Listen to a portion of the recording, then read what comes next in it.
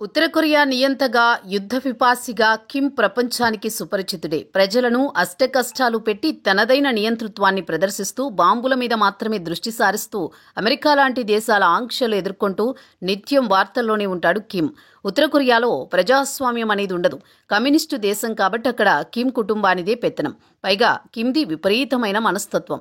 ఏ సమయానికి ఎలా ఉంటాడో, ఎలా ప్రవర్తిస్తాడో ఎవరికీ అంతుపట్టదు. అక్కడ అతడు చెప్పిందే వేదం. అతని మాట శాసనం. అతని హెయిర్ స్టైల్నే ప్రజలు అనుసరించాలి. అతడు చెప్పిన తిండే తినాలి. కాదని ఎవరైనా అతిక్రమిస్తే వారికి జైలు శిక్ష లేదా మరణదండన విధిస్తాడు కిమ్.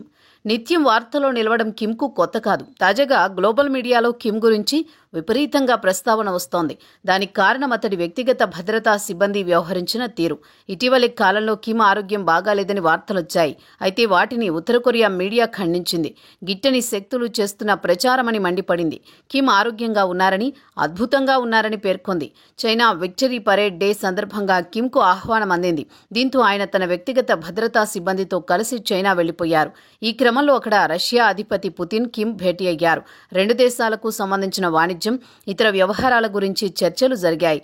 ఇటీవల ఉక్రెయిన్తో యుద్ధం జరుగుతున్నప్పుడు ఉత్తర కొరియా తన సైనికులను రష్యాకు పంపించింది. అప్పటి నుంచి రెండు దేశాల అధిపతుల మధ్య సంబంధాలు బలపడ్డాయి. రెండు దేశాల మధ్య ఎగుమతులు దిగుమతులు సాగుతున్నాయి. చైనా వేదికగా జరిగిన భేటీలో కిమ్, పుతిన్ అనేక విషయాలు మాట్లాడుకున్నారు. సమావేశం పూర్తయిన తర్వాత కిమ్ కూర్చున్న కుర్చీని ఆయన సిబ్బంది క్షుణ్ణంగా శుభ్రం చేశారు. ఆయన తాకిన ప్రదేశాలలో ఎటువంటి ఆధారాలు లేకుండా తుడిచివేశారు. కిమ్ నీటి గ్లాసును కూడా మహిళా సిబ్బంది తీసుకువెళ్లారు.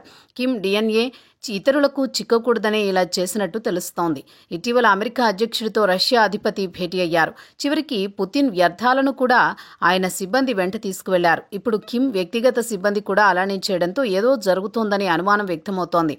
పైకి మాత్రం నార్త్ కొరియా మీడియా మాత్రం అంతా బాగానే ఉందని చెబుతోంది.